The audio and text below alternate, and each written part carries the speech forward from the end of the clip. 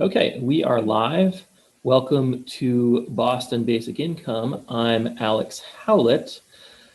This week, we are joined by Matt Darling, an employment and labor market policy researcher and employment policy fellow at the Niskanen Center. And he's here to talk with us about work requirements. Welcome, Matt. Thanks for coming on. Hey, Alex, thanks for having me on.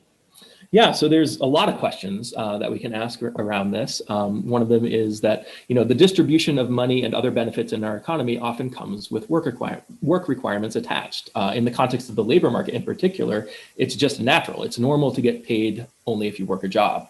So the question is, why does that arrangement make sense? And then once we leave the context of labor and wages, to what extent does it continue to make sense to condition people's access to resources on the expectation of work? Ahead of this discussion, we read a white paper that you co-authored, Matt, entitled "Work Requirements Don't Work." So my first question for you is, why do we have work requirements and why don't they work? Sure. Great question. So just to kind of back up a bit, like what are work requirements? So they're generally regulations that are added to social programs.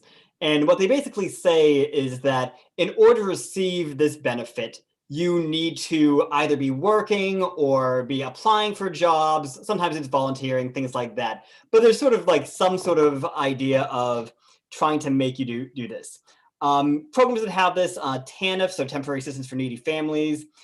Some states got Medicaid and SNAP waivers. Those are going back and forth sort of legally, but states have some authority to be attaching work requirements to programs. And then more broadly, like any program that's sort of done as a non-refundable tax credit, which is quite a lot of them, the child tax credit until recently, earned income tax credit, anything that is sort of saying, hey, we're going to give you part of your taxes back, is sort of implicitly has a work requirement. You only get the benefit if you are working at all. And where does the idea come from? Well, I think that the inclination that folks who are in favor of work requirements have is they're saying, we are giving people access to these social benefits. Those social benefits are costly to us. People's taxes go up with them. And they don't want them to be on them forever or anything like that. And so they say, what we're going to do is, try to introduce some reciprocity on them and say, okay, you can get these bonuses, you can get access to Medicaid, but we want to make sure that you're actually, either participating in the labor market or you're trying to participate in the labor market. And I think there's a sort of logic to them that I think makes sense. We could talk about, I think you can push back on that, but we can sort of accept it as it is for now. But then when you actually kind of poke at it and say, like, okay, how do labor markets actually work? A bunch of questions sort of immediately open up. So, first of all, when people are unemployed, a lot of that time it's because there's a recession, right? We're sort of exiting a recession right now, but sometimes, the reason people can't find work is that there just isn't work. And you end up doing all this sort of very awkward things where they sort of say, okay, we're going to waive work requirements on these programs temporarily, and then they come back or anything like that. The second thing that I think is important is that it's actually kind of hard to verify that people are working, right? I think that people sometimes, have this idea that the government has this sort of master database that, can go and look at you and say, aha, you are employed at this company and this is how much you were making and stuff like that. And they have some of these databases. None of them can talk to each other. None of them can actually merge together or anything like that. And so like when they're, when you're trying to actually like verify that someone is working, what that actually means is like someone has to go to your company and like get a payroll stub and get a confirmation from the bank that that's actually been deposited, so they can actually see that you're working. And that is actually, fairly like manpower intensive and difficult in a way that like I think people misunderstand it. And then finally, the last thing I'll say about work requirements and why they're not effective, but they don't actually do what people want them to do, right? The idea, again, is like saying, hey, you're receiving social benefits. We are going to allow you to continue to receive them, conditional on you having, been participating in the workforce, trying to participate in the workforce.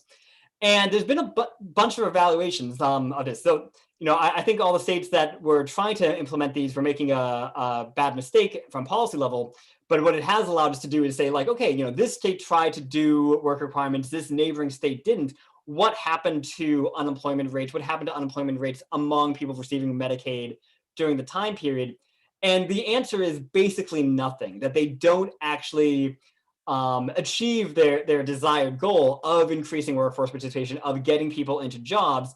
All they do is basically give this big paperwork requirement to folks, make it more difficult to access Medicaid, access SNAP, access whatever, and often drive people further into poverty, making it sometimes harder for them to actually find jobs. Yeah, it's interesting. So just as a thought experiment, we can ask if the government could have perfect knowledge about whether everyone was working, would work requirements be a good idea? And if work requirements, functioned the way proponents of work requirements think they should function, would they be a good idea? And what if work requirements achieved all their desired goals? Would they still be problematic at all?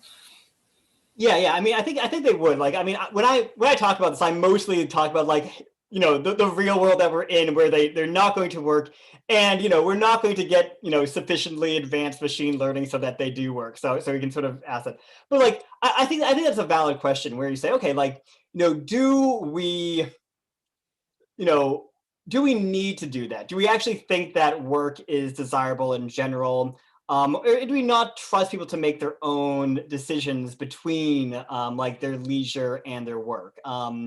And you can imagine, like, again, like, even if we had like access to the IRS database where you say, aha, this person's working and stuff like that, there's another level. It's like, say, okay, if you're a caregiver, right? You're taking care of children, you're taking care of your parents or anything like that.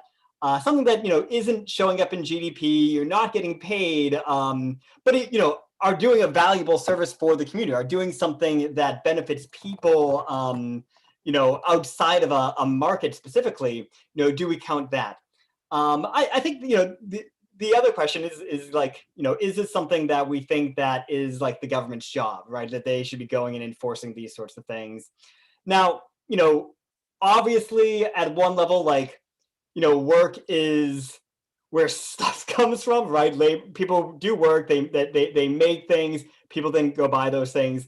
You could imagine something where, you want to, again, this isn't how like communism or socialism actually works, but like people's concept of it was like, aha, you get everything and you don't actually have to pay for it or anything like that. You can imagine that going too far, but like it's just not sort of relevant at like most of the margins that real world policy is taking place at, both in the United States and internationally. Yeah. I guess I'm thinking of two different sort of points or worlds that come out of this discussion. One is like the real world as we have it now, where these benefits are not that large in terms of amounts of money, like probably not a huge disincentive to get a job and have more money. As you pointed out, you don't see that in the data. But then you could also kind of try to think this through, and this is a little bit harder for me. Like, imagine that you had a really large payment, like, I don't know, several $1,000s a month, but like you also had a work requirement and it was going to a lot of people. I'm kind of like puzzling through, trying to think through what that would do to supply and demand, and like, would wages then go down because people are kind of getting their wages from the government, but they're still forced to work? I don't quite know. Maybe Alex can weigh in, but the macroeconomics of this idea of kind of adding a work requirement to money that is coming from the government is a little bit like confusing to me, I guess, and maybe interesting to think about. It gets a little bit complicated, and I think that there's the example of this is sort of like the big UI payments that were going out, right? Those weren't a work requirement. Those are I like the way Alan Cole, who's at the Joint Economic Committee, it's an anti-work requirement, right? Saying you have to not be working to get this. But like, I think going to the question, like, okay, there's things like, getting access to SNAP, right? SNAP's like a couple $100s a month, like, even if you have like a couple of kids. It's not something where you're like, aha, I have SNAP, I'm going to just like coast for the rest of my life. But you could imagine something where, once you get to, the stuff like Andrew Yang's freedom basic income, right? Like at $1,000 a month, you can't really coast on that necessarily or anything like that, but it becomes sort of like almost achievable, right? Where you can say like, okay, we're I could decide to take a year off and do anything like that. So, I mean, one thing that I think is important here, and I think a lot of the conversation ends up missing out, and I think missing out both on this work requirements thing, and I think it's also related to a lot of the basic kind of stuff you guys are focused on. But like what economists call like the difference between like an income and the substitution effects, right? And I think when people think about how other folks make decisions to work, or even how they think about decisions to work, like I sort of have my salary right now or my salary last year. I'm like, okay, if I make 10% more, like I can't even, that's great. Like I'll be done, right? Like I will be able to buy everything I can now, and then 10% more. What more could I possibly need? And I've thought that my entire life. Like when I was, 23, right out of college, like making minimum wage, which is at the time like $7.25 in Massachusetts. I was like, oh man, I'm paying rent at this, awful house with my friends from college and stuff like that. And I'm like, oh yeah, if I got $10, wow, that'd be amazing. I could get a real apartment or stuff like that. But like the thing is like, what psychologists call like the hedonic treadmill, right? The more stuff you have, the more you sort of want, the more becomes accessible to you. But also I just think that like you're always sort of indexed to what you're making right now or what you've made recently. And you think like, oh, once people make $1,000, $2,000, whatever, they're going to stop working. And I don't think that's really that important. They might happen to some extent, right? But I think it's very small. The research that I've seen in general suggested like basically for every $10 you receive in something like a basic income, something like, Medicaid or anything like that, you maybe, reduce the earned income by about $1, right? So it's like, it's like a 10% effect. But what's more important is the substitution effects, right? Which is basically saying people are interested in what economists say, like making decisions at the margin, right? Mm-hmm. So it's not so much when I'm deciding to work or not, I'm probably not doing anything consciously, but like if you look at what I end up doing, it's much less than I go and say, how much money do I need to fit my budget, stuff like that. It's more looking at saying, okay, if I work a little bit more, what, I get less leisure, but I also get more money, and that's the trade-off. It's the additional hour of work for the additional hour versus the additional hour of leisure. And if you take that approach, like you say, okay, well, things like basic income or things like unconditional and any sort of welfare payment, they're not going to have that big of an effect. They're not going to really change things that much because the substitution effect is much bigger than the income effect. And I probably shouldn't have introduced the phrasing of income and substitution because it's economics-y language, but like that basic idea of, trying to decide these things at the margin, saying, okay, what, I think that's really, really valuable. That's fine. You can be economics-y in here. This isn't the Alex first time we've talked about substitution and income effects. Good. Yeah, so I just wanted to mention that I was on SNAP in Massachusetts until they changed the rules in 2016. So I saw that you had that case study in the paper. I'm like, oh, that's me. Of course, I was someone who pretty much wanted to coast for the rest of my life. But that wasn't we all want to, right? But it's whether we would actually do it when we could earn more money and buy more stuff. I'm someone who maybe is not as tantalized by the hedonic treadmill, or maybe there's other hedonics besides money that are driving me. But yeah, so I certainly wasn't going to get a job even when they kicked me off SNAP. So it doesn't really matter anyway. But I like what you said about care work. And I like to say that, a lot of the important work that we do in our society is not paid. And that's certainly how I think about myself. I don't think of myself as not doing anything useful. But it's also true that you said stuff comes out of work, and specifically paid labor. Like there's important stuff that comes out of paid labor. We can't have the economy that we want unless we're pulling at least some people away from what they would otherwise be doing by using either social incentives or especially money if we're thinking about the labor market. Right. So the question is, what do we really want out of labor market? What does an optimal labor market look like? Oh, that's a great question. I mean, it's sort of interesting because, what there's a huge debate about this sort of right now. Again, as we sort of are exiting this recession and saying, okay, like, at what point, we're seeing unemployment go down. It's not going fast enough for some folks. And there's a question of like, sort of like, should it be going down faster? What can policy be doing to that? But also, and to what extent is that stuff like the unemployment insurance markets that I mentioned earlier versus things like, hey, the pandemic, it's not quite over, right? Some places, again, we both live in Massachusetts, has a sort of rough, 70%-ish, I think, vaccination rates, which means we're hitting herd immunity. Most places aren't doing that. Kids still can't get vaccinated. And say, okay, what, it's very funny because like I feel like me in my personal life has sort of achieved post-pandemic normalcy, but at the same time, like, at what time does policy need to respond to that? And anyways, those conversations are like, one of the metrics that people use is saying like, okay, what's the employment to population ratio? And, targeting something like around 80% for prime age people, meaning people between 25 and 55. Right now, we're about 75%. And that's sort of what we had in like the late 90s. It's consistent with like an economy that's like really going and really producing. I think, the way I like to think about this, if we're saying, okay, what does a good labor market look like? Like the labor market should be pulling you in, right? Like, again, you should be it's, again, there's people who are doing care work, there's people who are doing things, and there's people who are saying, hey, I don't, for whatever lifestyle I have, like I don't need lots of money, but basically like, if the labor market can pull people in by having high wages and having workers have a lot more bargaining power over the conditions that they work in, that's a really good economy. That's what we want to see.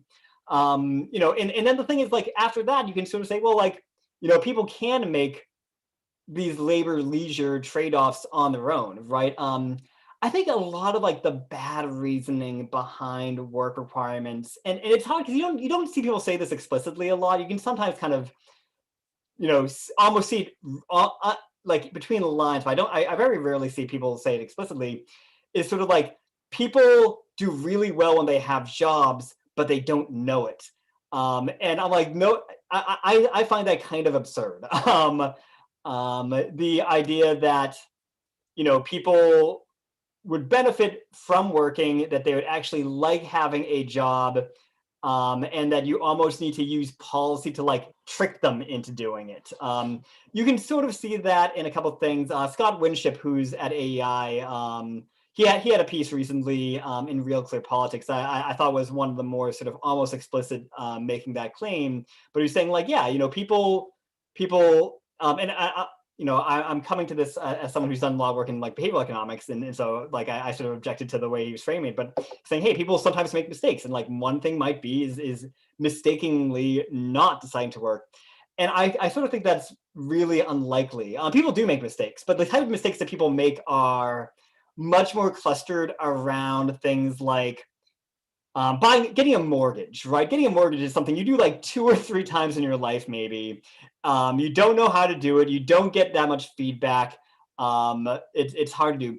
But like, you go to work, you have a good day, you have a bad day. You go to the weekends, you have a good day, you have a bad day. You know what the labor leisure trade-off is for you, and you learn that. You're not. It's something that you would be figuring out, and would be figuring out how it works for you. And thinking about that way. But yeah, I think a lot of folks like sort of think like, oh, people benefit from working, but they don't recognize it, and they need to be tricked into it. And I think that's sort of precisely wrong.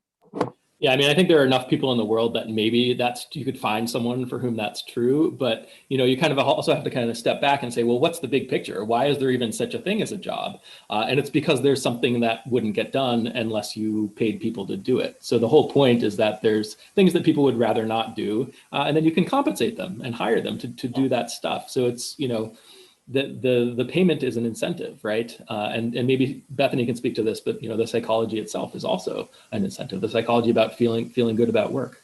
Right, but I mean, if people would do it without being paid, you don't have to pay them, and you call it volunteer work or something like that, right? Yeah. So I totally agree with Alex there. I had a few points. One is related to that. One is just, it's interesting, the 80%, because of course, at other points in time, we might have been targeting 50% and thought that half of the population should be doing things like raising kids and taking care of the house, which take time and people still have to do. And now we kind of target 80%, which I'm sure has like really complicated explanations. But it's interesting because it is a little bit arbitrary, kind of how many people we think should be working. That's sort of I guess a public opinion that changes over time. I guess you want to speak to that first? I have a couple other points, but yeah, I mean, I'll say that the 80% is really arbitrary, right? Like it's not like there's this big sophisticated model, and it's like it's basically people saying like the late 90s was pretty good. People could get a job when they wanted it. People's wages were increasing. Let's go back to the 90s, right? The dream of the 90s is alive in Portland. I mean, going to your point too, but like it is something that is socially contested and changes over time, right? So like your point about women entering the labor force over the period of around 1950 to 2000 is an important sort of context there, and like and part of the reason that happened is because the job market got better, right? Part of that is like social norms around women working changed, so that obviously influences those sorts of things. But then it became, and I think a lot of people miss this. Like a lot of folks are like, oh, you used to be able to have a family on a single income, in the 1950s, and that's sort of true, but it's not quite true. Like in the 1950s, like women were working, but they were working in domestic houses, right? They were doing that sort of care work that we were talking about earlier. It's work. It's not on the market. It's not something we can go and say, this is how much this contributes to GDP, or this is how much this person's being paid, but it is work. And what ended up happening, and this is speaking strictly from like the economics perspective. I'm not trying to shortchange like the social movements that were also happening and also driving this. But like from an economics perspective, a lot of what happened is like wages got higher for women, both because of the lack of discrimination and because of technological changes.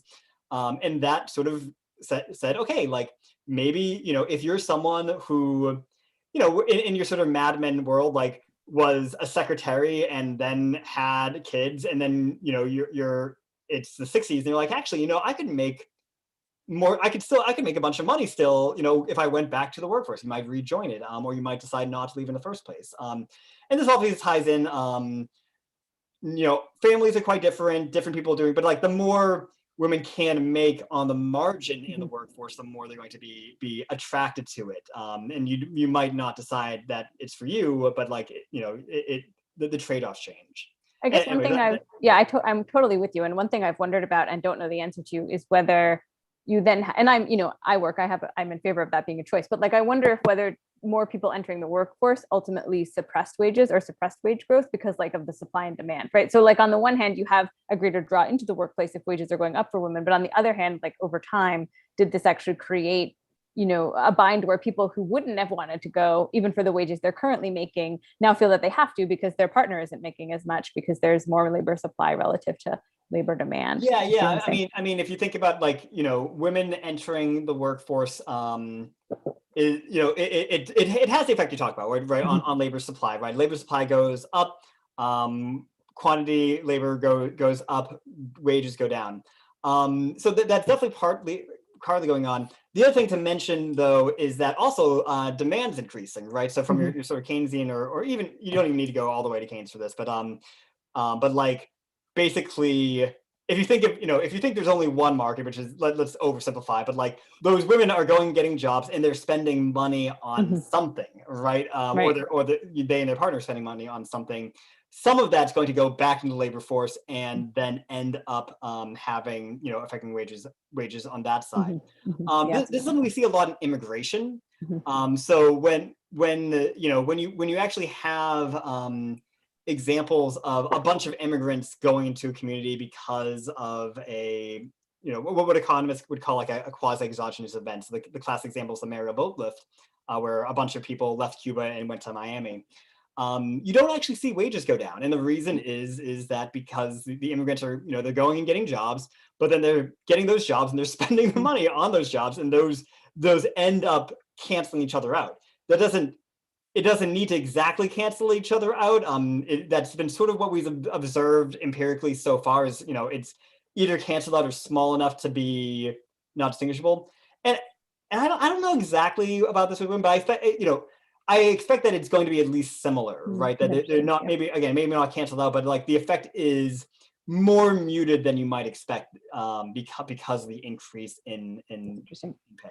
Yeah, I'm sure Alex has a lot to say about kind of what that might imply about the limiting factors on production, and some of those being money or various things like demand. But I guess maybe this brings me to my bigger picture point to kind of bring it back to the work requirements, which is like the way that I'm used to thinking about, incentivizing people to work is that, if you need more people to work, you would give them less money. Like presumably the work's out there, right? They could go get the money that way, and that's like presumably good for the economy, or you've decided that it is. So then you would just give them less of the benefit. So there's just like, that's how I'm used to thinking about it. So there's just something very strange about the work requirement from that perspective, because you're still giving them the money and then like adding on the work requirement. So like under what conditions would that make sense in the big picture? You see what I mean? Like it doesn't really add up for me, but I also have a fairly like simplistic view as I just descried, but I'm sure there could be cases where it made sense, but it doesn't make sense. No, I think you're basically right. So I think that what's that, like the midwit meme where it's like the IQ from left to right, and they're like, aha. But like I think that's basically right.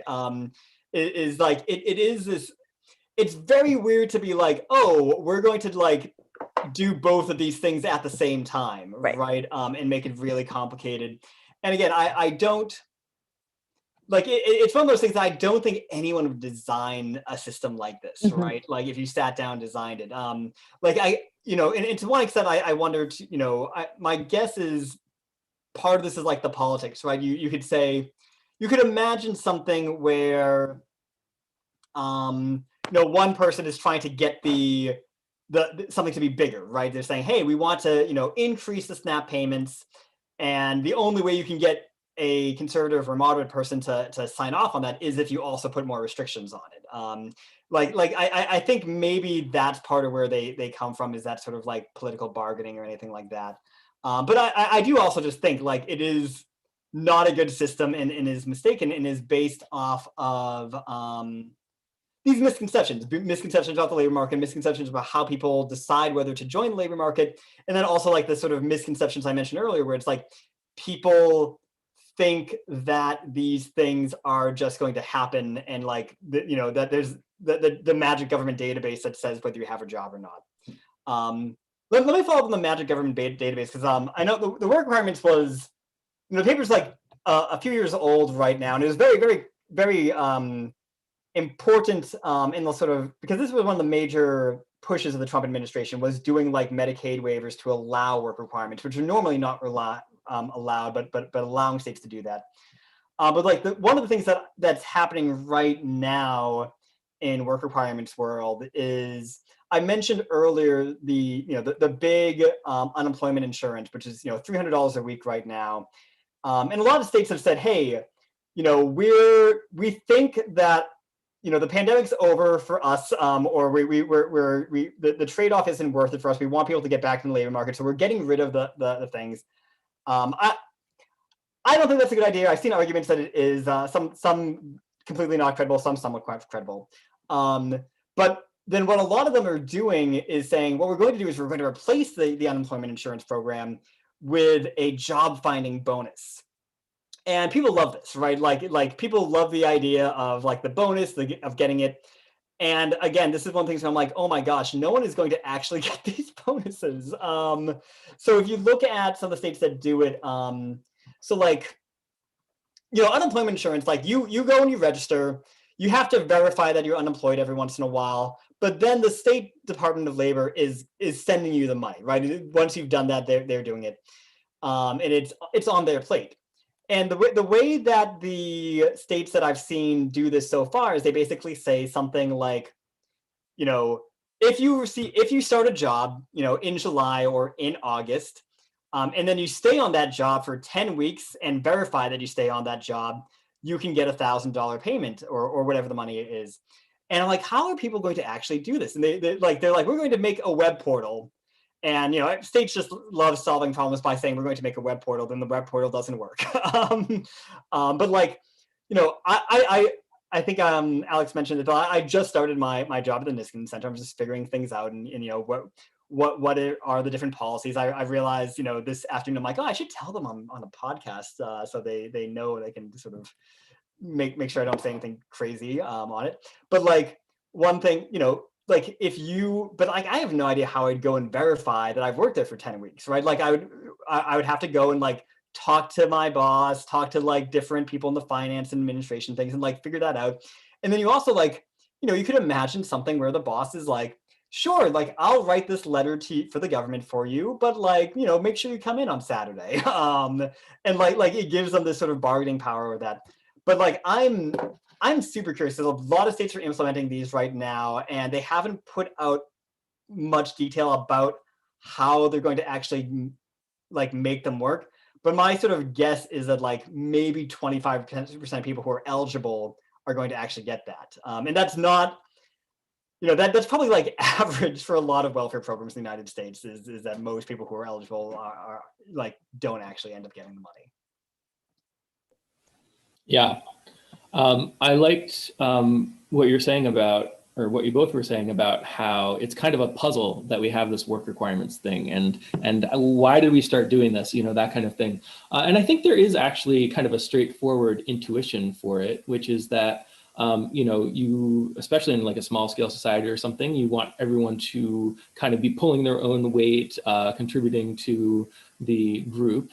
And if someone can't contribute to the group, if it's temporary, then, or you want it to be temporary. If it can be temporary, you want it to be temporary, and you want to get them contributing again as soon as possible. So you want those incentives there, and you want, you don't want to just kind of like say, oh, you're not working, you don't have to contribute anymore, because you have to not only maintain the incentives for those people, but maintain the incentives for everyone else. If everyone else is working, but then they see, oh, I can just stop working and then I'll be supported, then that undermines everyone else's incentives. So I noticed that in this paper, you're focusing on the effects of the people who are actually subject to these work requirements, who it's actually binding for. But it actually, the work requirements are going to have an effect on everyone else too. If I'm in a job and I know that if I'm later on not going to be in a job and there's some work requirement, that's going to maybe create some incentive to keep me employed. And you didn't really explore that angle in the paper. I haven't thought about that.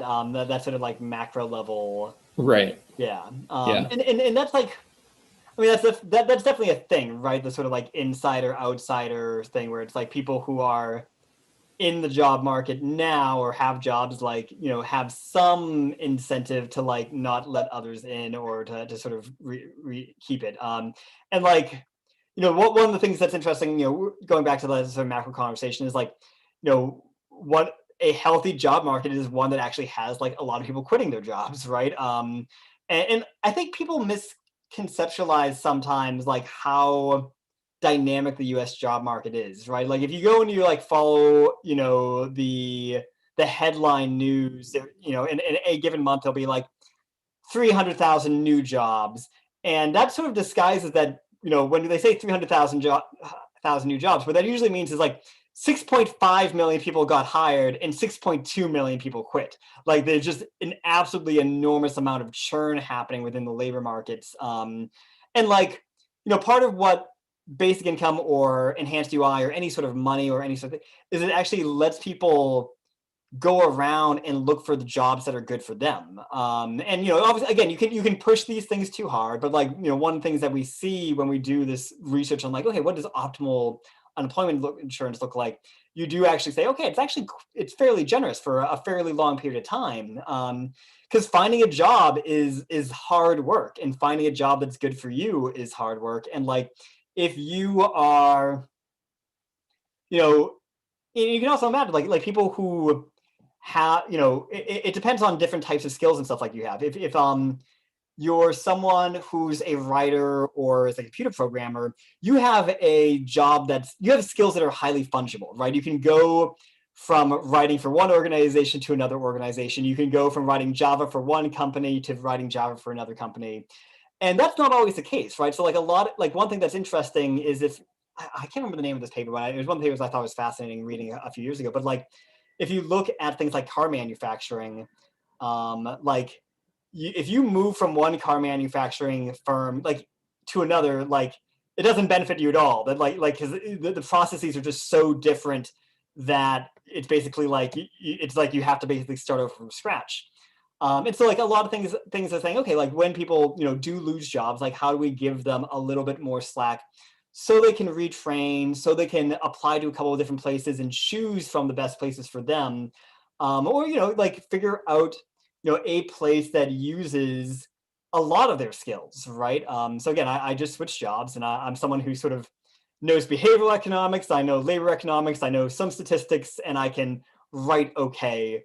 And there's like, 7 jobs that hit all 4 of those, right? And I've already had 2 of them now. And so like actually going and taking the time for that.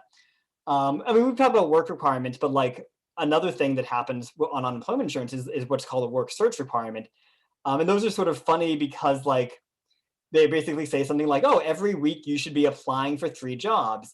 And I always like, I think that's kind of funny because like, and I'm old enough, so I'm sort of like a middle management should be like doing something like if I'm just like going and sending out resumes to 3 different places every week, that's completely useless, right? Like I'm someone who is ideally making money, like making my next job through networking, through sorts of thing, like having lots of conversation with folks, and like going and saying, hey, I logged on the state website and I sent 3 resumes like to different organizations, like is completely irrelevant to me actually finding a job, and probably if anything like crowds out the actual productive stuff I could be doing.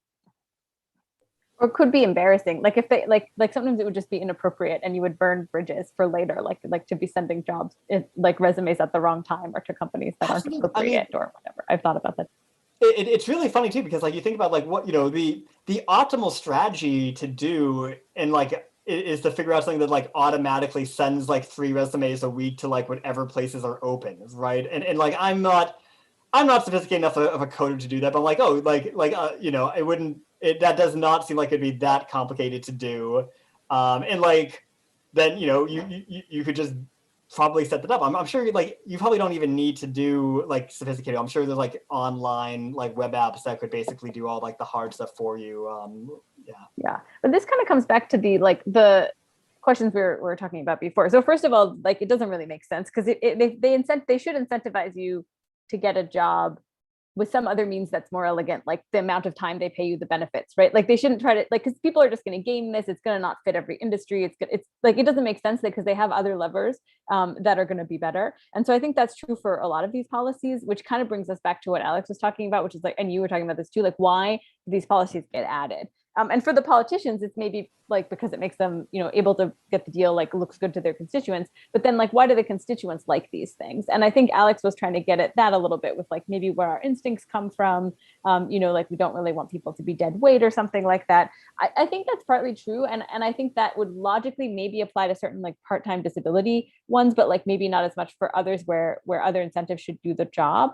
I also would add one too, which is like, I've talked about this a lot, but I think people benefit in our culture, obviously, from signaling that they are hardworking and like they care a lot about work because like that's going to be impressive to their employer and all sorts of other people. So, they kind of signal that by supporting these sorts of policies as well, even if the policies are bad. So like a big part of it is that like politics, there aren't always good incentives in politics to be supporting effective policies. There might be incentives to like support policies that help you signal your values, like being hardworking. And like, so people don't even take the time to think through these like pretty obvious problems with the way that they're going to work, because that's not their motive. Like their motive isn't unconsciously, like their motive is not to have the right policy, it's to like signal the right things, I think. And so I think that's what these are like just great examples of what comes out of that, which is like, oh yeah, let's like make people prove that they're virtuously like trying to work, even though when you like dig into it a little bit, it doesn't really make any sense that you're doing.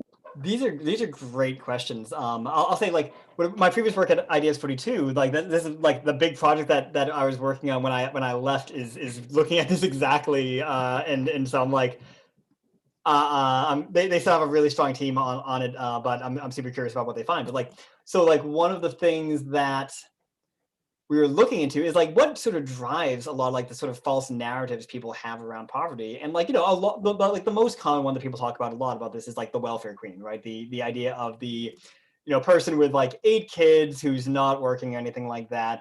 A lot of this comes out of like, Charles Murray's work, right? He wrote a big book called Losing Ground, I think in the late 80s, maybe early 90s. but like, which basically was just arguing, against AFDC, the Assistance for Families with Dependent Children.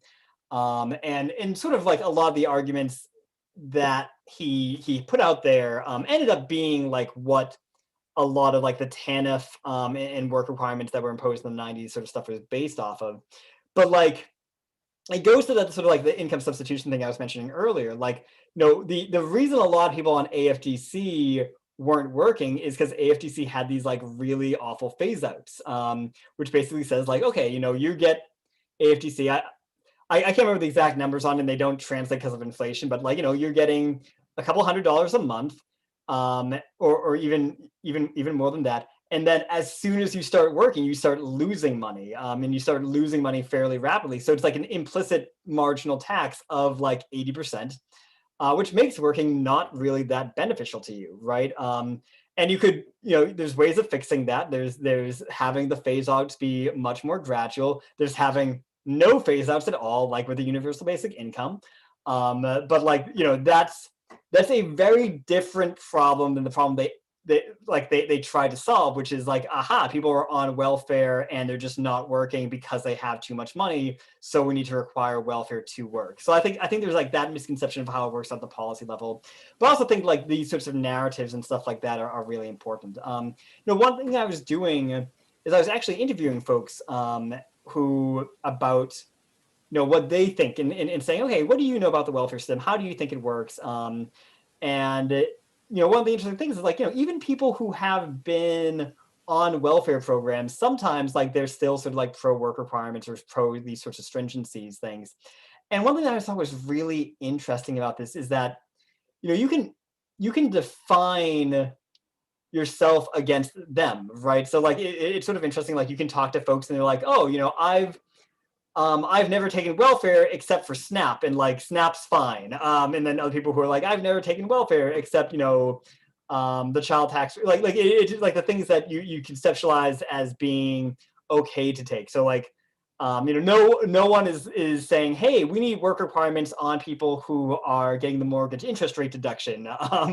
But like it's the same, the logic is the same, but it is sort of like trying to punish other folks. And I think, like your point is like maybe trying to set yourself up against other folks and saying like, I'm a good person and everyone else isn't. I think one of the fascinating things about this is, a lot of folks, when you ask them questions about welfare policy in the United States, like they don't recognize that like 1996 happened and the like TANF, like all welfare reform happened, right? And like, welfare programs in the United States, they're not very generous. They usually have work requirements, and a lot of them are time limited. You can only be, so like TANF, which is the main cash-based assistance in the United States, is like basically sorry, I lost track of a sec. But like TANF's like the big thing with that, and it only you can only be on TANF for 5 years your entire life, which is not very much time, and especially not very much time after the 2008 recession and after the 2020 recession, right? There's just a lot of big sort of pushes on these sorts of things. So like, we weren't anticipating being in like these big once in a century pandemics, twice in a decade. Yeah, it's interesting. It strikes me that there's kind of two questions we can ask here. There's a micro question and a macro question. And the micro question is, how do you give each person enough incentive to work that they're working, that person is working? And then the macro question is, how do you get incentives to be such that the needed amount of labor is being contributed to the economy in aggregate? And these are two very different questions. And the first question is more intuitive to people. And I think the work requirements kind of fall into kind of solving this problem or this perceived problem. But they, it's questionable as to whether they actually help at the macro level. Do they actually help the economy produce everything it needs to produce? Because you could imagine, that, oh, we've got incentives high enough that we're producing, the economy is, running at full steam. some people just aren't working because, you know, the incentives were enough to get enough labor, and enough labor didn't include some people or something like that. And that seems totally fine to me. Now, I'm not an Austrian economist, but I was reading Henry Hazlitt the other day, Economics in One Lesson, and he has a chapter entitled "The Fetishization of Full Employment." And his point is that employing people on its own is not going to generate economic output. You can hit full employment by employing people unproductively, and if you're targeting full employment then with your economic policy, or if you're trying to get everyone to work, you know, either through work requirements or through macroeconomic policy or something like that, then, you know, all you're doing is you're targeting employment, right? You're not employing people for the product of the labor. You're not targeting economic output. So I think that's something to pay attention to. We were talking about like, oh, targeting 80% employment or 50% employment. Why target any percentage? Why not, you know, target, you know, what we're getting out of the economy instead of what we're putting into the economy? And then we can optimize the use of our inputs, including labor.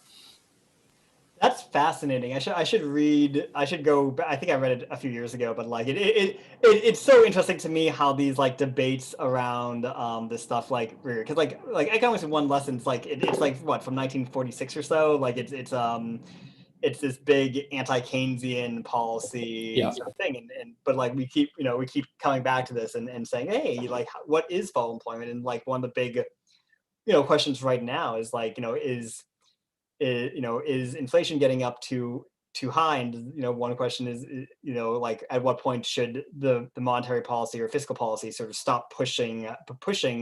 And some folks are saying, hey, they should stop pushing right now. We're basically at full employment. We can't do it more. And some people are saying like, no, like businesses take time to figure this stuff out. And if you go and say, we're going to keep pushing, we're going to keep ordering things, we're going to keep giving people money, then they start, opening up more factories. And yeah, there's an empirical case on that. I mean, I think the overall broad question is like, what do we want an economy to do, right? It gets a bit complicated. It is a issue in terms of like, how do,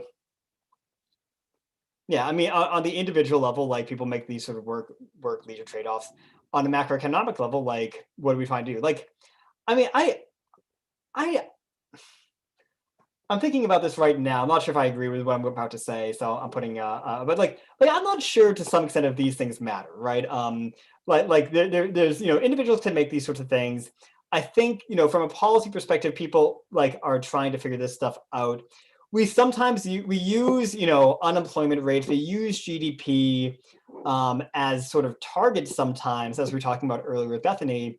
But I think ideally people recognize that those are, they're the map and they're not the territory, right? Like we want is like human flourishing. We can't measure human flourishing. It's hard to measure human flourishing. And like, GDP has a lot of problems with it and stuff like that, but it's actually like not a bad measure of human flourishing, all things considered, right? Like it is, if you go, every once in a while, someone comes out there and they say, hey, we're tired of GDP. We're going to instead make a new thing that does these things. And we're going to look at literacy rates. We're going to look at leadership time. We're going to look at like environmental protections. And they do all this stuff. They have, Nobel Prize economists consult them with it. And then you go out there and you're like, this is 95% correlated with the GDP. And again, like you have to recognize that it's the map and not the territory. But it's also, it is a good map sometimes. I think GDP is kind of a rough measure of the part of human flourishing that the economy contributes to.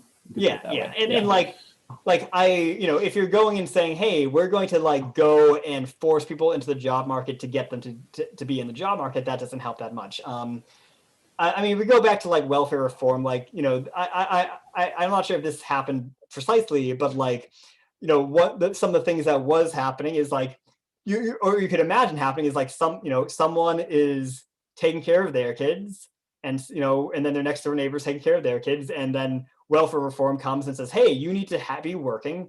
And you can imagine them basically switching and saying, okay, I will take care of your kids, you take care of my kids. We now are eligible for all these programs. But like, we're not better off, right? Like they're doing the same work and now they're not taking care of their own kids. And same thing, like, you had a lot of people who are, got kicked off of AFDC and got, in order to receive TANF had to be working.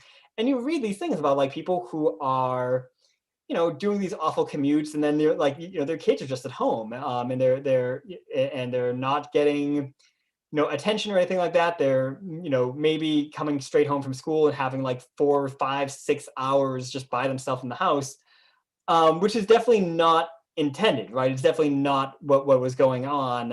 It's not what the policymakers wanted to happen. And, and especially like, a lot of policymakers are, if you're on the conservative side, are very much like like, family in the sort of like having people, not saying, hey, don't, women should work for, but wanting to make sure like they do support, people take care of their own families in their own homes. And it, it is that sort of weird unintended consequences there. I think it's like an extreme example of the opportunity cost of people's time, like when you're forcing them to work. And this is like sometimes present for people when they have these discussions, but a lot of times it seems like that's almost put at zero. Like, as you pointed out, Matthew, there are even these arguments that, people actually are better off spending their time, at a job, and they don't even realize it. So like, there's clearly like not some huge opportunity cost that we're pulling them away from or something like that. So I think that's a big issue. And I think it does relate to Alex's question of like, what is the optimal level of employment? Because if you do go in assuming that it's 100%, you're going to make different policy decisions, right? You're going to be supporting childcare and not a basic income, so that even if people wanted to stay home and care for their own kids, they can't, but they can work, and like, that's a liberal policy, right? So like, there's just becomes this assumption that people need to spend their time at work, and that's the way that they should be doing it, and then you build other things around that. And I do think that the opportunity costs have to be factored in, even if the work is productive. And that's not even getting into work that really isn't that productive, like in ways that are hard to see because of like inefficiencies that are built in and so on. So like, I do think, yeah, that's pretty big issue. The other thing I was going to say that's just a smaller point is like, of course, we're always going to push for full employment if that's the main way that people get their money, and substitute programs are thought of as a problem and a temporary thing and aren't enough to flourish anyway. Like, we do have to have some other way of getting people a decent income before full unemployment wasn't the goal, because otherwise that just seems inhumane, right? Like right now, that's the only way people really get a decent income for a sustainable period of time. So you're always going to be shooting for that, but that's because we kind of bundle income. Well, we assume it has to come from work, and so yeah, likewise with the studies you were referencing, or the idea that people are better off working, the data that they're referencing is probably picking up on this confound of income and work as well, right? Like income and status, right? So like social status and income are both very much, and stable income at least, are both very, very much tied to a job. So that's going to have all sorts of consequences for a person. It's yeah, anyway, so I think that you'd have to shift that before it made any sense to have a different kind of target. Yeah. No, it's interesting. Like, we were talking earlier about like, hey, would people stop working? And like, one thing is that, again, I switched jobs, but like, so I went from Ideas 42 to Niskanen, and one of the reasons, I was talking to my colleagues in Niskanen, and like, oh, the great thing about Matt, he's already been doing stuff like that we want him to do. Like, he's been going and promoting our work because he likes it. And I'm going to continue to be promoting Ideas 42's work because I like the work that Ideas 42 puts out there into the world. And it's funny, and I'm going to do podcasts like this, and which is, tied to that the sort of advocacy that I want to do. But you guys aren't paying me or anything like that. But like there is that sort of level of it, of sort of human flourishing and everything like that. And I mean, I think, there's full employment in terms of like recessions, right? Which is basically saying like recessions are bad, right? Recessions are mistakes. They are when we, the human potential is being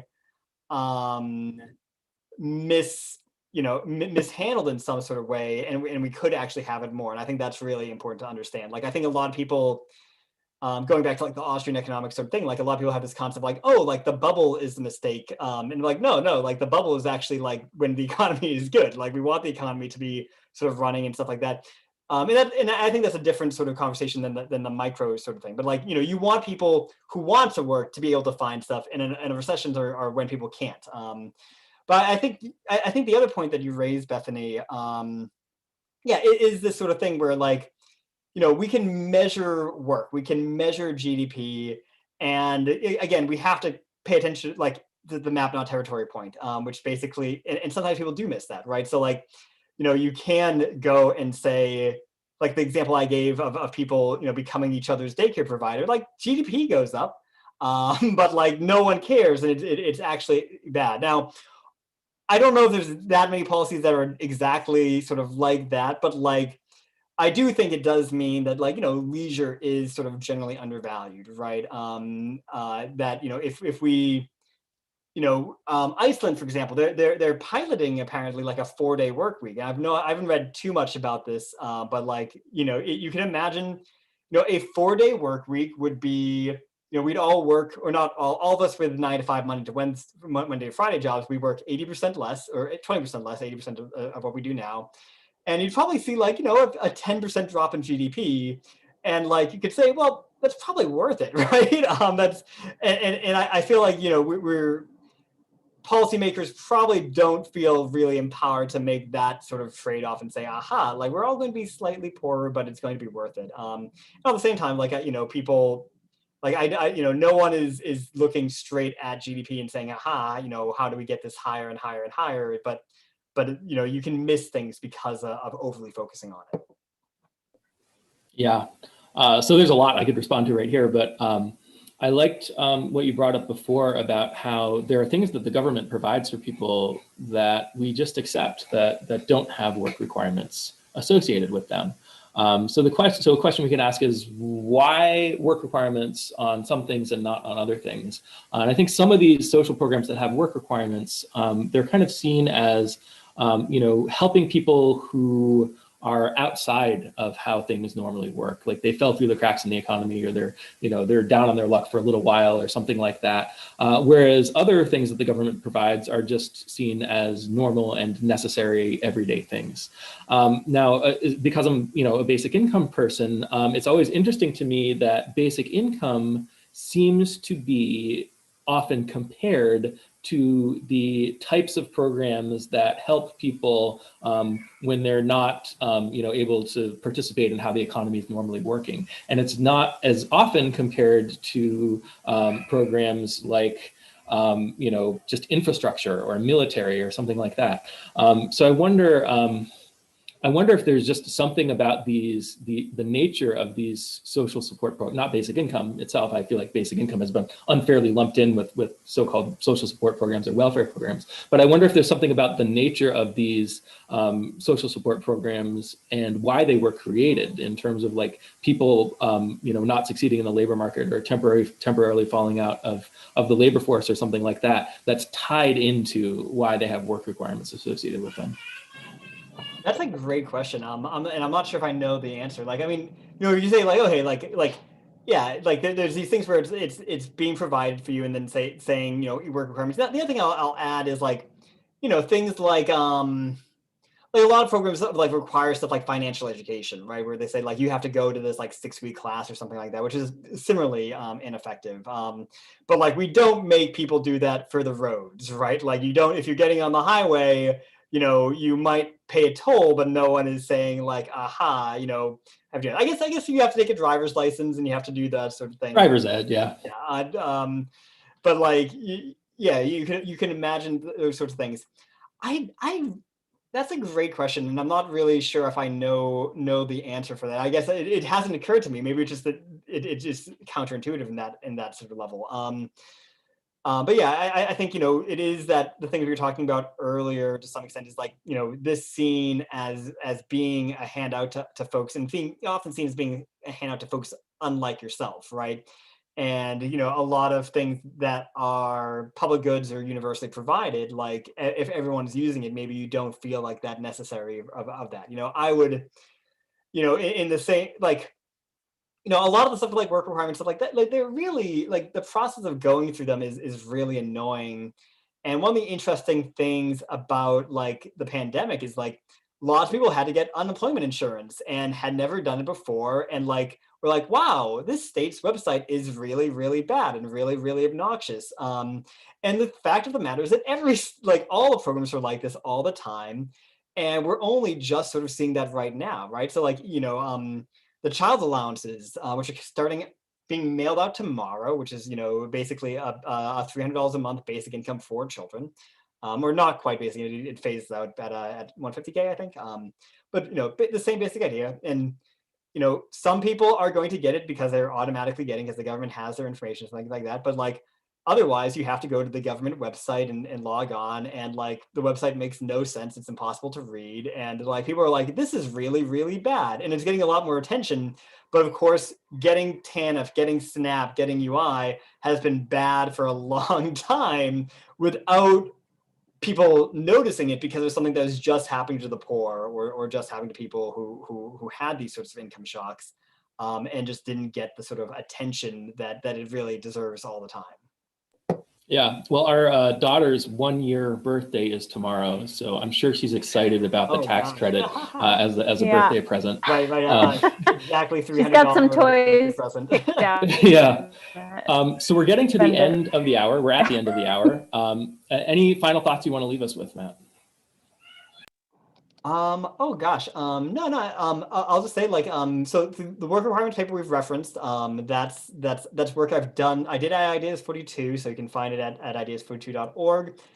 That being said, I'm going to be doing very similar stuff now at the Niskanen Center at niskanencenter.org. And you know, like I've got, even off of this conversation, I started taking notes for like some blog posts that I want to write to follow up on some of these things. So so check both of those websites out. Yeah, like thanks so much for having me on, and have a good evening, and happy birthday to your daughter. All right, fantastic. Thank you. Yeah, Thank it's you always so great much. to have such a generative discussion. So next week we have Max Guinness joining us to discuss the UBI Center's efforts to understand basic income through economic modeling. So we can look forward to that. That's thanks, great. everybody. I love Max. So great to I'll check that out as well. All right. Have a good night.